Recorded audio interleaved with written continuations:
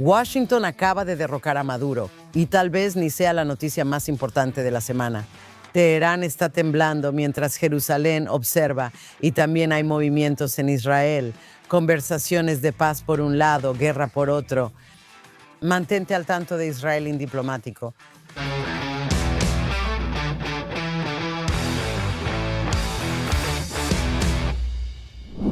Shalom y bienvenidos a otro episodio de Israel Indiplomático. Estoy aquí con mi copresentadora habitual, Ruti Bloom. ¿Cómo estás hoy, Ruti?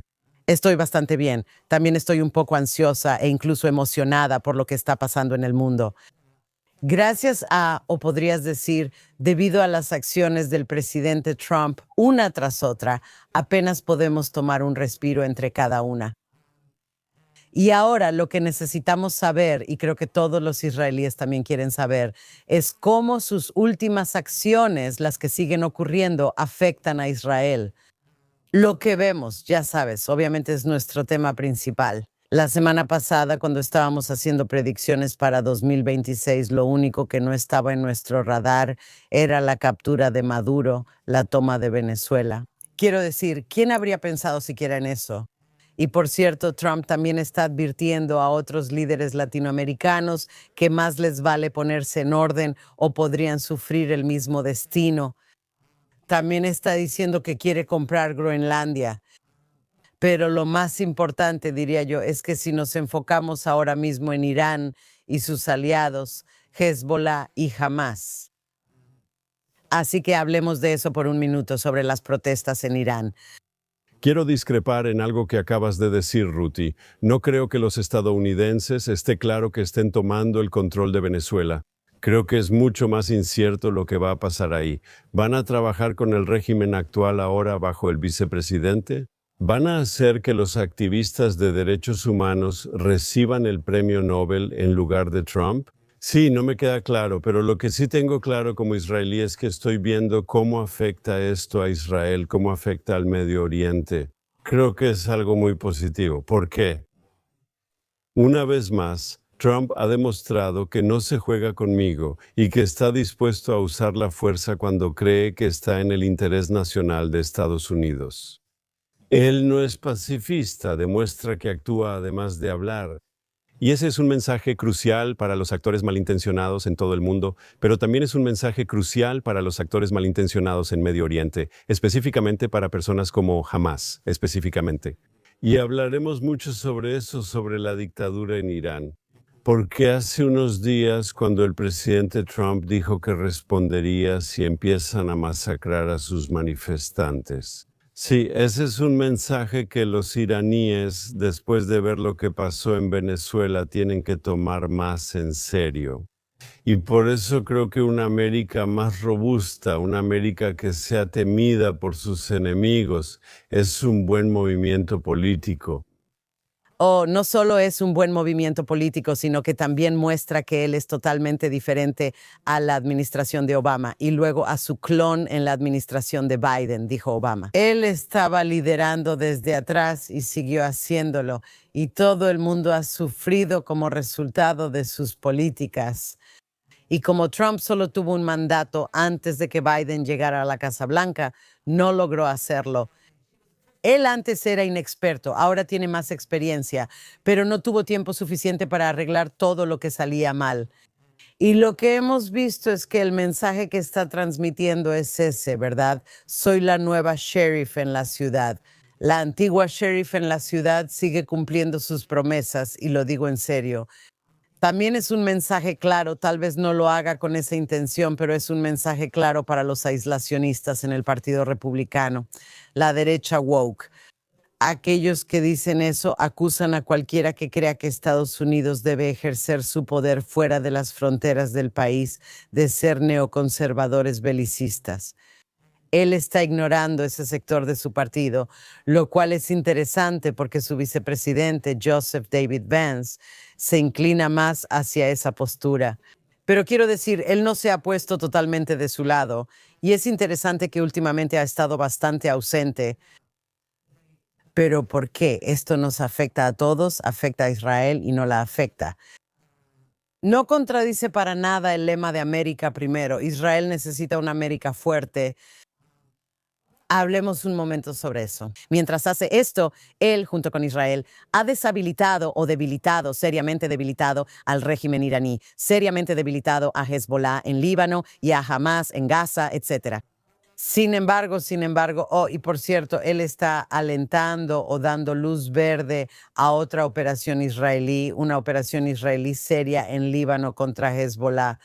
Pero mientras tanto, él está mediando e insistiendo en conversaciones de paz entre Siria e Israel.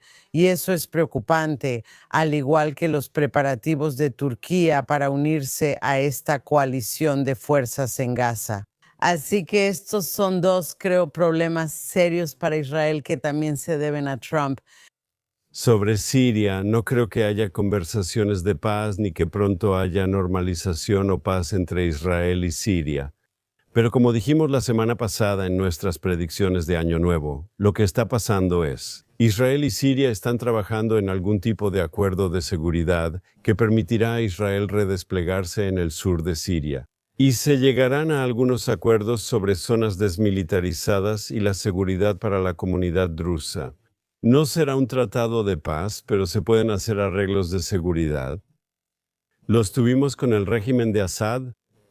En su diplomacia de lanzadera, Enrique Kissinger negoció un acuerdo entre Siria e Israel. Un acuerdo de seguridad que en realidad fue de 1974, después de la guerra de Yom Kippur. Duró décadas. Así que creo y espero que sea posible negociar un acuerdo así con Siria una vez más. No será la paz, Israel tendrá que mantenerse fuerte. Tendremos que mantenernos atentos, no podemos tener ninguna esperanza falsa de que de alguna manera los sirios vayan a ser buenos vecinos. Pero un acuerdo que ellos tengan interés en mantener, que nosotros tengamos interés en mantener y que estabilice la zona fronteriza. En última instancia, en este momento, mientras hablamos, tenemos una gran cantidad de tropas israelíes en el sur de Siria. Y hasta ahora todo bien, pero puedes pasarte con eso. Y entonces, si es posible llegar a un acuerdo que permita el despliegue israelí mientras se garantiza la seguridad de Israel, si eso es posible, y si logras que los estadounidenses sean los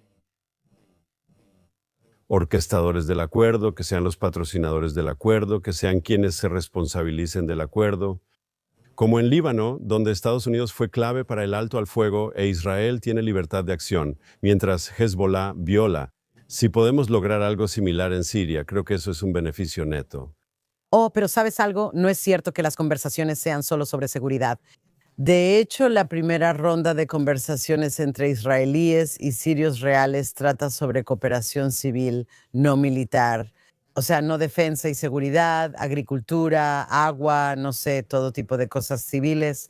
¿Y por qué es preocupante? Suena bien, ¿verdad?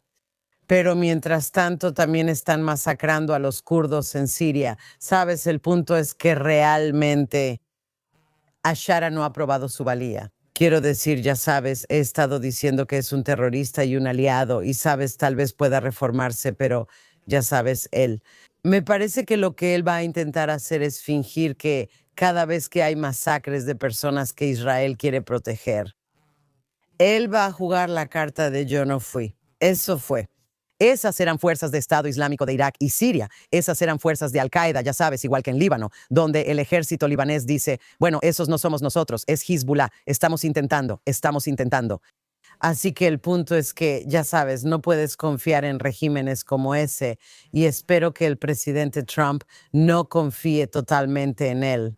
No lo sé. También estamos viendo grietas en Arabia Saudita, ya sabes, todo esto de lo que se habla. Pensábamos que Arabia Saudita se uniría a los acuerdos de Abraham, pero en realidad eso no parece probable. También dijiste en el podcast que eso no pasaría la semana pasada, pero lo importante es que todas estas cosas buenas realmente están sucediendo.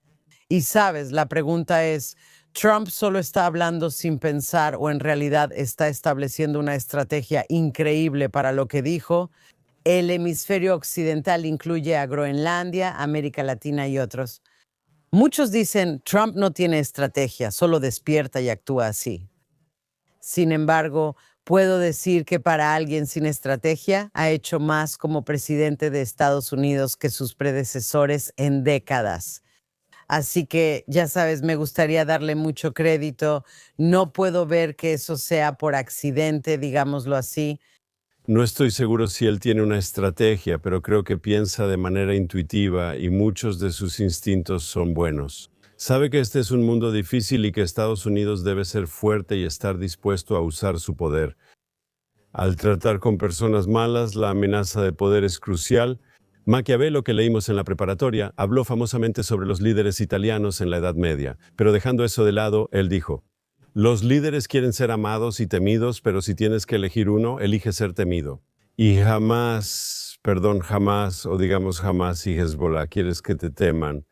Cualquier acuerdo de seguridad entre Israel y Siria tiene que basarse en su percepción, para los sirios, de que si rompen el acuerdo deben temer las consecuencias. Si Estados Unidos es uno de los auspiciadores del acuerdo de seguridad, lo temerán. E Israel no es como los kurdos, Israel es muy fuerte y los sirios lo saben. Y por eso, una vez más, es importante que la disuasión funcione para que estos acuerdos funcionen, que tu enemigo tenga miedo. ¿Qué pasa si ellos rompen estos acuerdos en Líbano? Y dijiste antes que se habla de darle luz verde a Israel para entrar en Líbano. Porque Hezbollah se ha negado a desarmarse, y según entiendo eso es correcto. Todo esto está saliendo después de la reunión entre Trump y Netanyahu en Mar-a-Lago. Sí, ¿qué se le dijo a Israel sobre actuar contra Hezbollah? Están actuando, obviamente, están en contravención del acuerdo de alto el fuego. No están de acuerdo en desarmarse, deberían desarmarse y no lo están haciendo, aún. Según tengo entendido, necesitamos que Israel ejerza presión militar sobre Hezbollah y sobre el gobierno del Líbano para que avancen con el desarme. Y habrá operaciones militares israelíes, con Estados Unidos dando luz verde a eso. Eso significa más ataques israelíes contra objetivos de Hezbollah, más ataques israelíes contra la infraestructura militar de Hezbollah y así sucesivamente. Disculpa, según mi entendimiento, no implica una guerra a gran escala entre Israel y Líbano como antes. Bueno, primero que nada, déjame agregar algo a eso. Tienes toda la razón sobre la fuerza y mantener a los enemigos nerviosos, con miedo. Pero aquí está el asunto, y esto es lo que hace que Venezuela sea diferente de los otros de los que hemos estado hablando. Cualquier otra cosa que quieras decir sobre Venezuela y el gobierno corrupto, el narcotráfico, el alojamiento de Hezbollah y otros grupos terroristas, etc. Latinoamérica no es un país islamista radical, no son países islamistas. Y hay una gran diferencia entre eso y aquello. Y puedes tener un eje del mal ahí en cooperación. Pero la cultura no es una de yihad, esa no es su cultura. Ahora, ¿por qué menciono esto? Porque creo que tal vez el presidente Trump no entiende eso. No basta con hacer que Hezbollah y los ayatolás teman tus operaciones militares. Ellos tienen una ideología que también implica, ya sabes, implica el martirio. Y una de las preocupaciones, y creo que por eso Israel realmente se está preparando, es que Hezbollah, en primer lugar, Hezbollah no va a desarmarse y tampoco lo hará jamás. Eso no existe ni existirá, así son las cosas. Así que eso significa que tienes que eliminarlos por completo, pero eso también significa que tendrías que extender la guerra. Pero la cuestión es, Hezbollah atacará a Israel y los ayatolás en Irán lanzarán uno de estos ataques. Mary, bien, el ayatolá se está preparando y alistando, tal vez para huir a Rusia si las cosas se ponen demasiado mal, pero mientras tanto, para disparar a Israel los misiles balísticos que le quedan. Esta es una de las cosas de las que Israel está consciente, que no son actores racionales en ese sentido. Las organizaciones terroristas y los estados terroristas no son actores racionales en la forma en que, bueno, odio usar esa palabra, racional. Tienen estrategia y tienen política y tácticas, pero también tienen esta ideología que va más allá de eso. Y eso es algo que los occidentales nunca comprenden. Y por eso creo que América Latina es un juego completamente diferente. ¿Puedo decir que si Irán fuera lo suficientemente tonto como para empezar a lanzar cohetes a Israel, ¿Y su lógica sería que tienen todas estas protestas? Internamente su régimen se ve amenazado al iniciar una guerra con Israel. Tal vez piensen que así pueden estabilizar su situación interna. Yo diría que están siendo extremadamente tontos. Como vimos en el 14 en la guerra de 12 días y antes ya lo habíamos notado. Israel puede atacar objetivos específicos con gran precisión y en nuestra respuesta podríamos golpear objetivos del régimen de una manera que realmente haría que el régimen fuera mucho más frágil y permitiría que la gente realmente derrocara ese régimen terrible, autoritario, teocrático y matón que tienen ahí en Teherán. Así que los iraníes deberían tener mucho cuidado con lo que desean, porque creo que Israel tiene la capacidad y tendríamos, por supuesto, legitimidad si nos atacan con misiles. Israel puede contraatacar y hacerlo con fuerza, también podemos responder, y hasta ahora no lo hemos hecho, contra su industria petrolera y otras áreas, generando aún más caos y desorden económico que ahora. Así que deberían pensarlo 2 o 3 veces antes de atacarnos. De hecho, en muchos sentidos, si nos atacan, ellos mismos resuelven el problema para nosotros. No hay que adelantarnos, podemos responder con fuerza y creo que Estados Unidos podría participar de nuevo. Y quién sabe, en realidad podría acelerar el cambio de régimen en Teherán. En realidad podría ser una bendición para Israel si Irán decide atacar primero. No, pero ahí es donde tú y yo diferimos. Creo que lo que vimos el 7 de octubre y lo hemos visto una y otra vez en las guerras de Israel y a lo largo de estas guerras, no creo que ya basta de responder. Necesitamos adelantarnos y realmente creo que el ejército israelí se está preparando para ese escenario. La pregunta es cuando te adelantas, obviamente, ¿verdad? En un juego de gallina no vas a lanzar ataques nada más porque sí, pero dicho eso, ya basta de ser blancos fáciles, ¿de acuerdo? Notas que incluso en el norte de Israel, donde la mayoría ya regresó a sus hogares y todo eso, pero el hecho es que aquí no hay suficientes refugios antiaéreos, como hemos visto.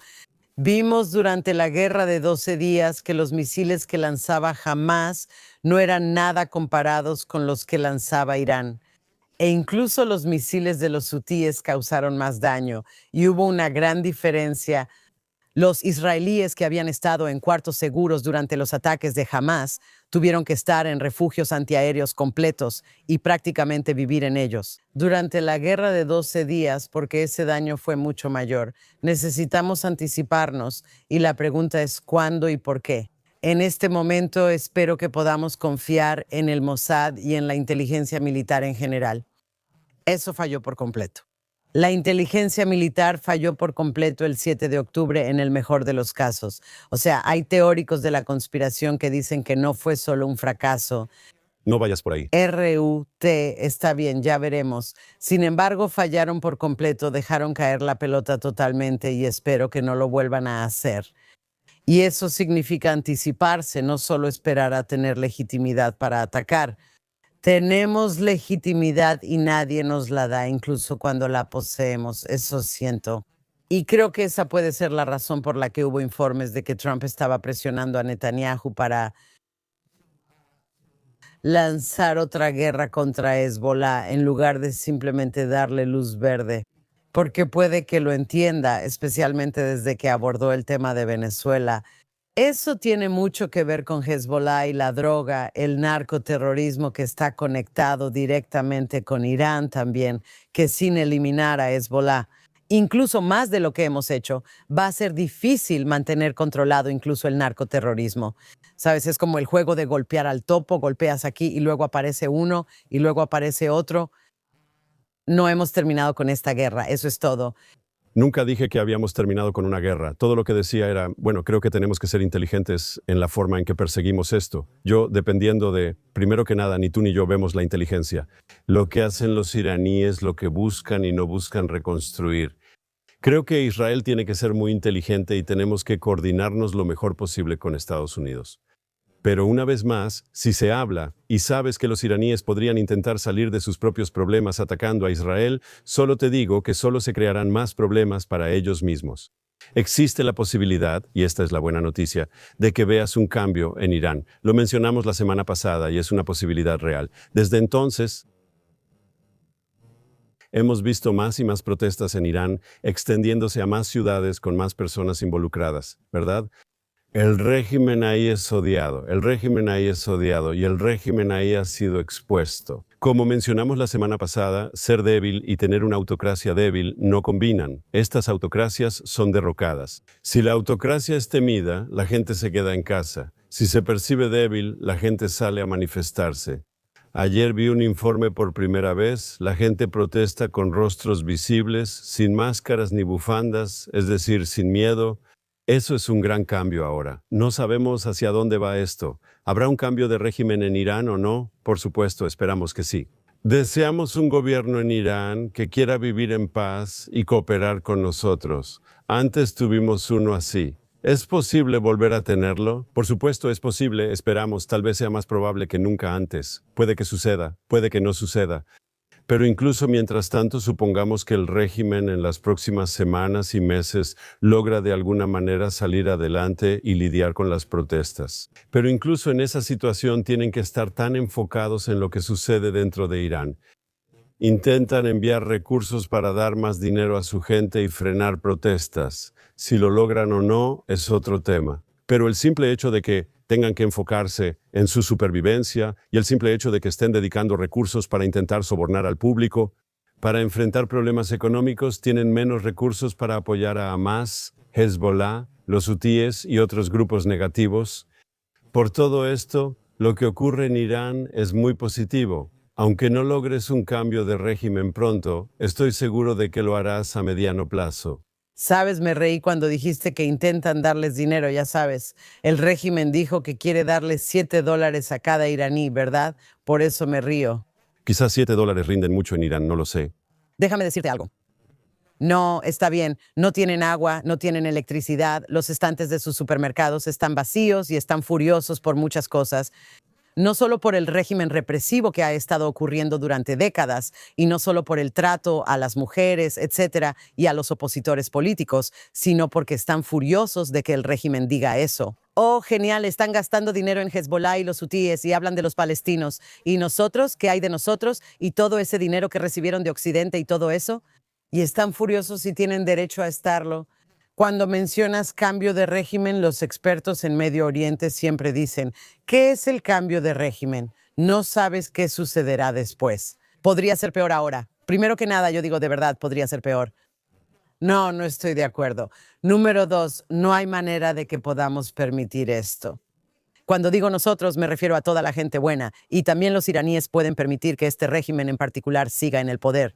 Es cierto, no sabemos quién vendrá después, eso es verdad.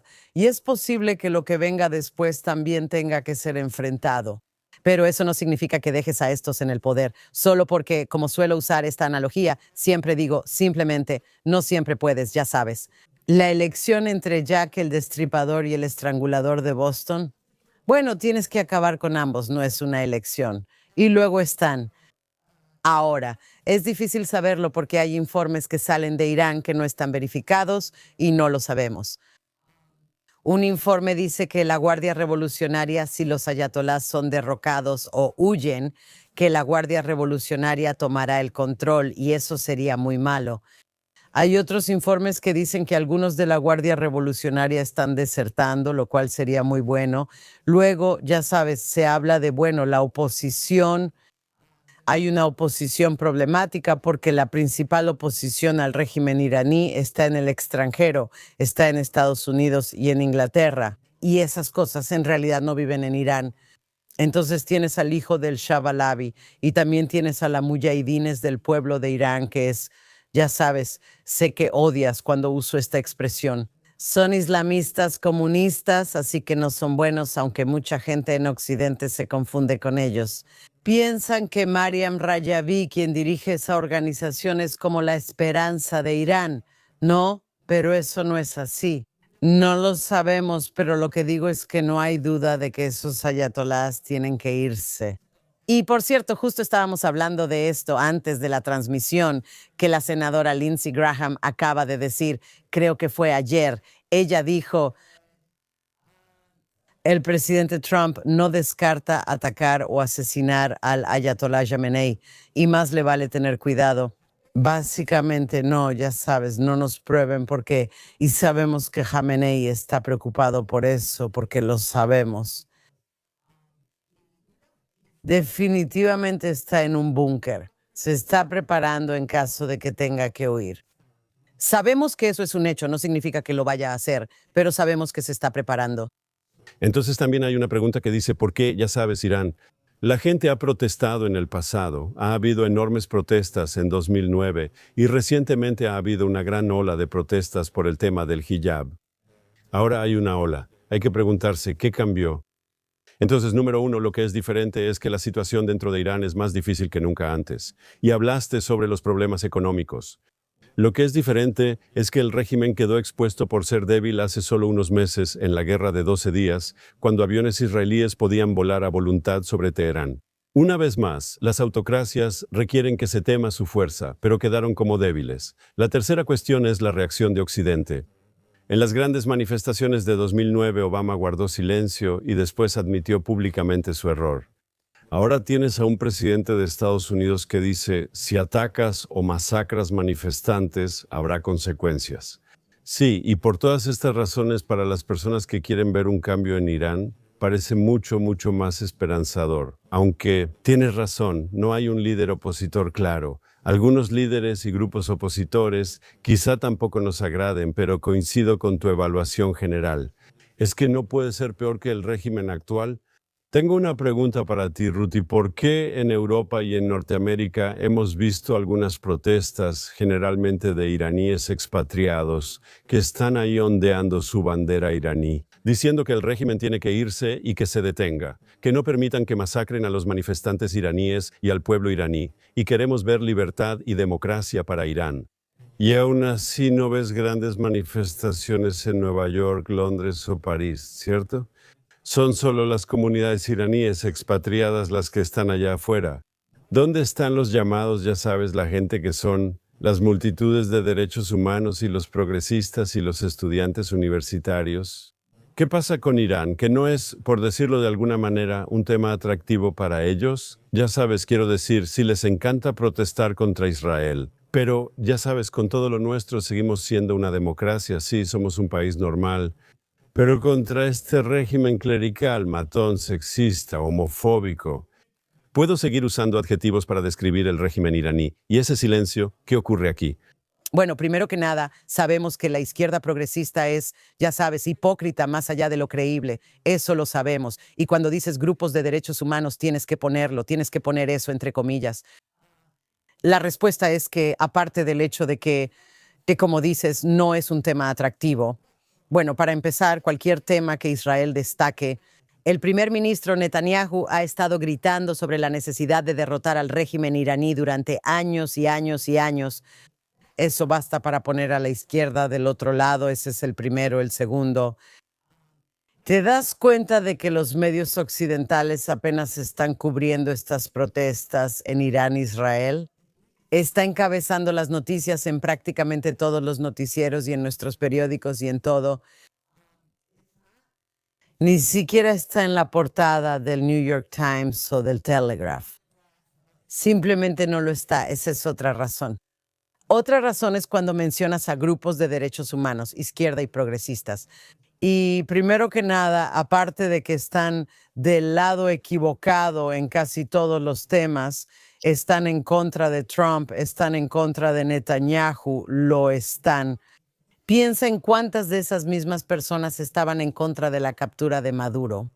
De repente están defendiendo a Maduro, ¿sabes? El nuevo alcalde de Nueva York, Zoran Mamdani, había anunciado que sí, cuando él sea alcalde, si Netanyahu llega a Nueva York, lo arrestará. Ahora, primero que nada, él no tiene la autoridad para hacer eso, pero no importa su declaración al respecto. Pero que Maduro sea arrestado y llevado ante la justicia, aunque bajo la administración de Biden se ofreció una gran recompensa por su cabeza. Él va a enfrentar un juicio penal por narcoterrorismo, tráfico de drogas y todo eso. Mamdani estaba en contra de ese arresto. Él está a favor del arresto de Netanyahu y en contra del arresto de Maduro.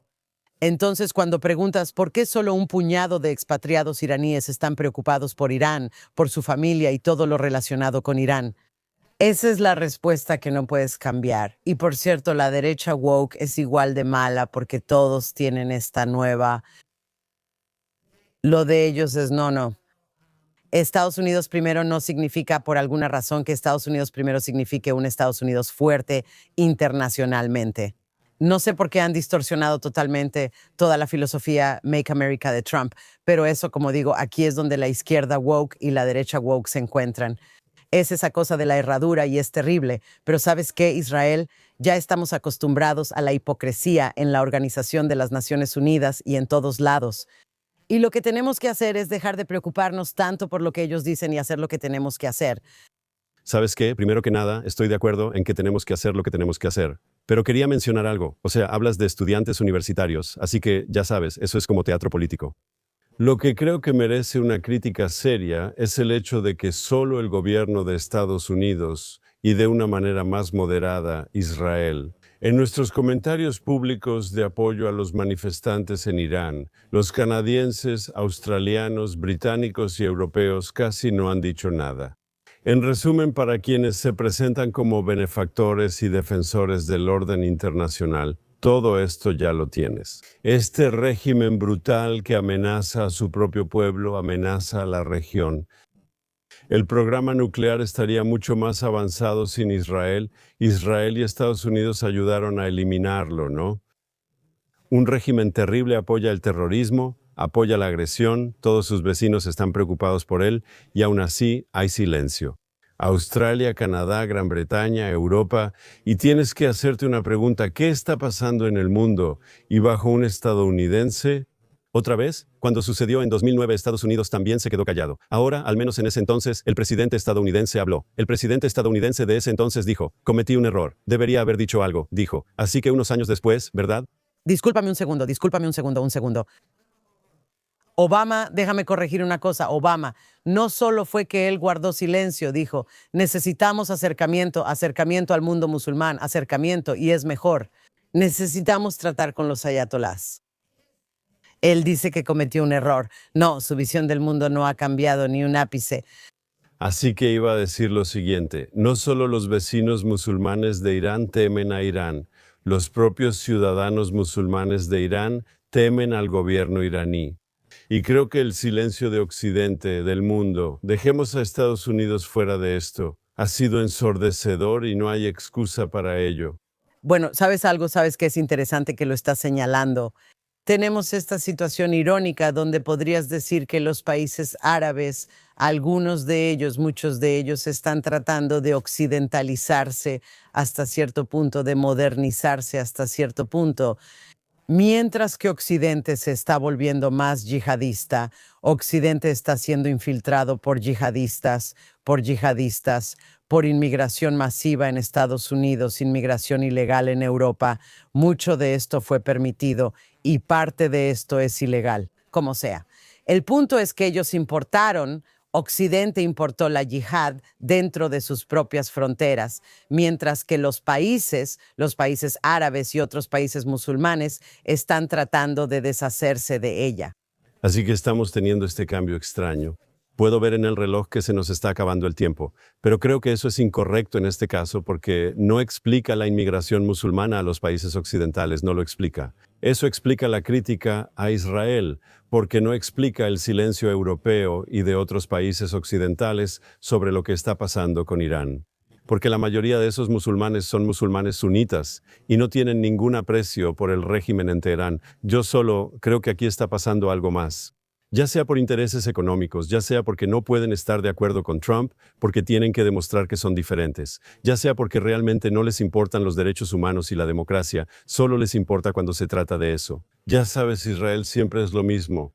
Pero no hay duda de que su hipocresía ha quedado expuesta muy claramente en el tema iraní. No hay duda de eso. Bueno, creo que eso es todo por hoy. Y para la próxima semana. Dios sabe lo que nos espera de la administración de Trump y, por cierto, también de la administración de Netanyahu. Te veo la próxima semana, Ruti. Lo espero con ansias.